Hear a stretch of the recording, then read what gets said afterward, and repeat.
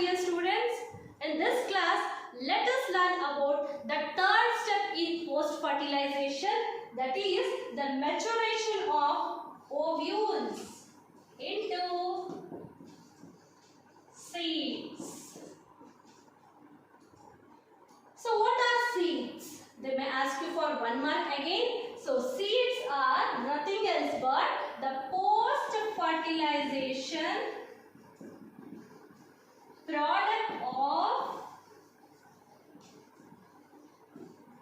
ovule. The post-fertilization product of the ovule is said to be what? The seed. And the seeds are classified into two types. The first type is known as albuminous. You have already learned albuminous, or it is also known as endospermic seed. And the second type is non-albuminous or the non-endospermic seed. So based on the endosperm, the seeds are classified into two types. The first one is albuminous seed and the second one is non-albuminous or non-endospermic seed. What do you mean by albuminous seed? Means if the seeds retain a part of endosperm. If a seed retains a part of endosperm, this kind of seed is said to be the albuminous or endospermic seed. And the next non-albuminous means if the endosperm is completely consumed, if the residual endosperm, that means remaining endosperm, is completely consumed. This kind of seed is said to be what? Non-albuminous or non-endospermic seed. Okay.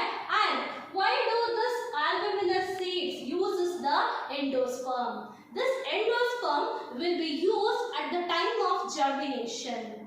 And examples for this albuminous seeds are, already had given the same thing, wheat, barley, okay, and maize. The second type, that is non-albuminous seeds. The types of non-albuminous seeds or the examples for the non-albuminous seeds are pea and groundnut. Okay, so this is about the types of seeds based on the endosperm. Next, the perisperm.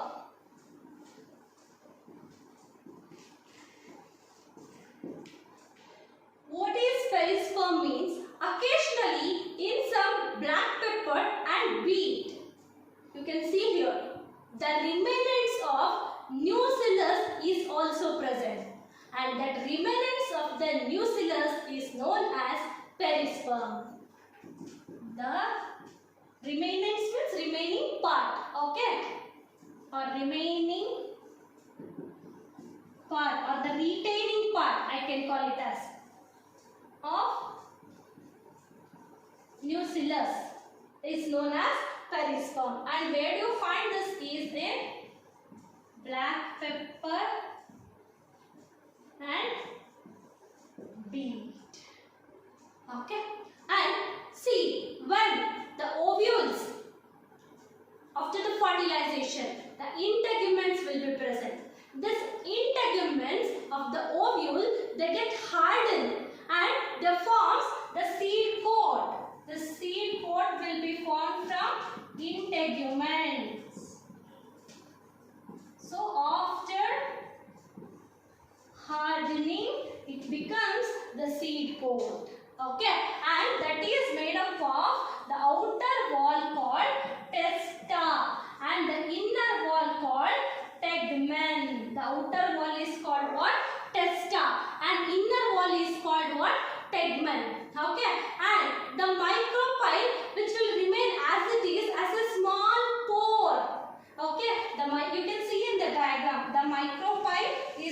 and there, and that micropyle that remains as a small pore, and from this small pore the entry of the oxygen and water takes place. Okay, then one more question I'll ask you for you people.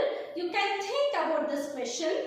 See, if you just store the seeds for 2, 3, 4, even a month, okay, and these seeds after the storing, if you put them back into the soil, it can germinate. Then what do this 2, 3 or for a year the seeds will do? These seeds will attain a state called dormancy. These seeds will attain a state called what? Dormancy. See, dormancy is nothing else but it's an inactive state where the seed's metabolic activity is reduced. Here what happens? It's an inactive state where the metabolic activity will be reduced. Okay, and this stage of inactivity is known as dormancy.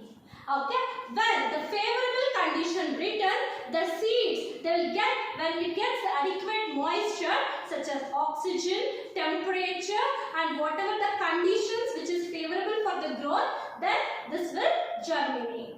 So this is about the dormancy. Next is the advantages of seeds to angiosperms.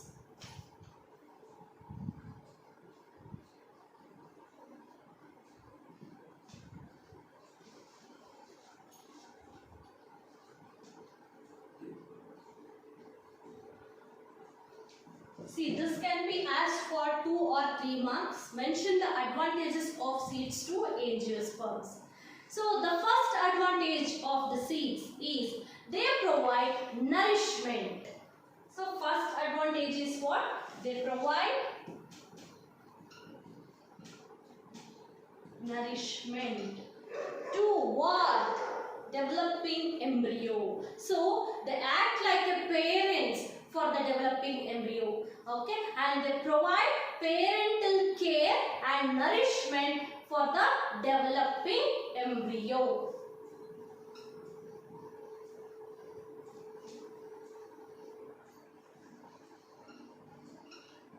Developing embryo. So this is the first advantage. Second advantage is the seeds protect the embryo from harsh environmental condition. They protect the embryo from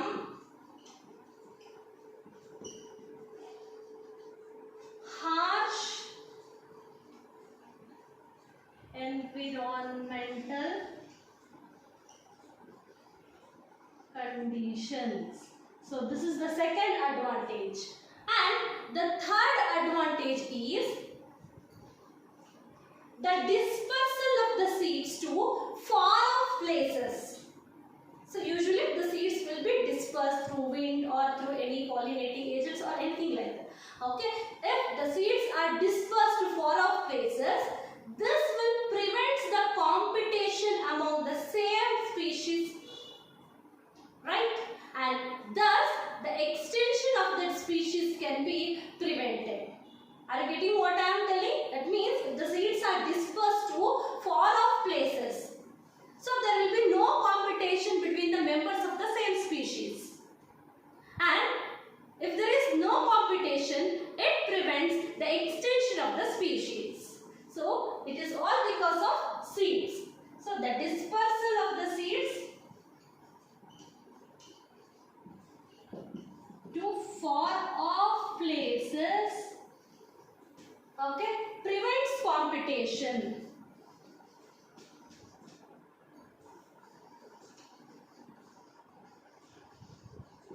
Among the same members of the species. If there is no competition, so that the extent there is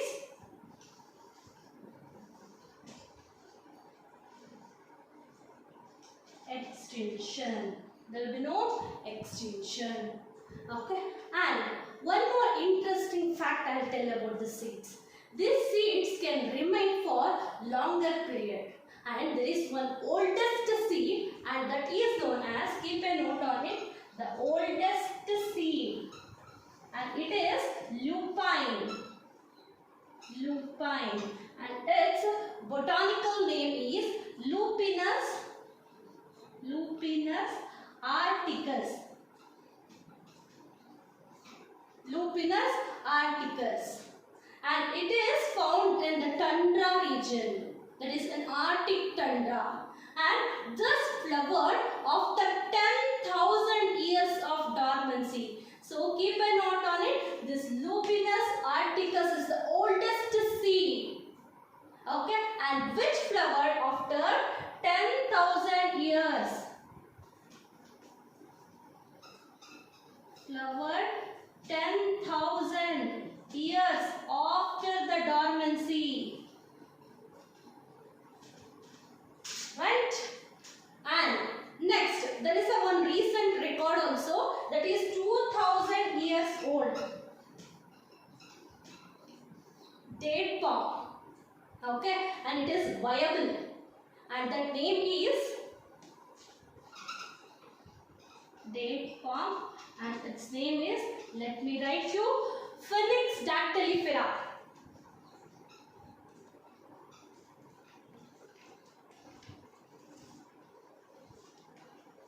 Phoenix dactylifera.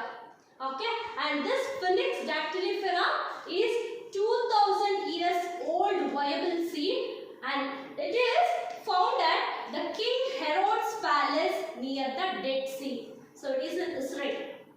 So these are the two records and important facts and interesting facts about that seed. That means up to 10,000 years the seed will attain the dormancy stage. You just think about it. So this is about the advantages of seeds to angiosperms. Hope you have understood. Thank you.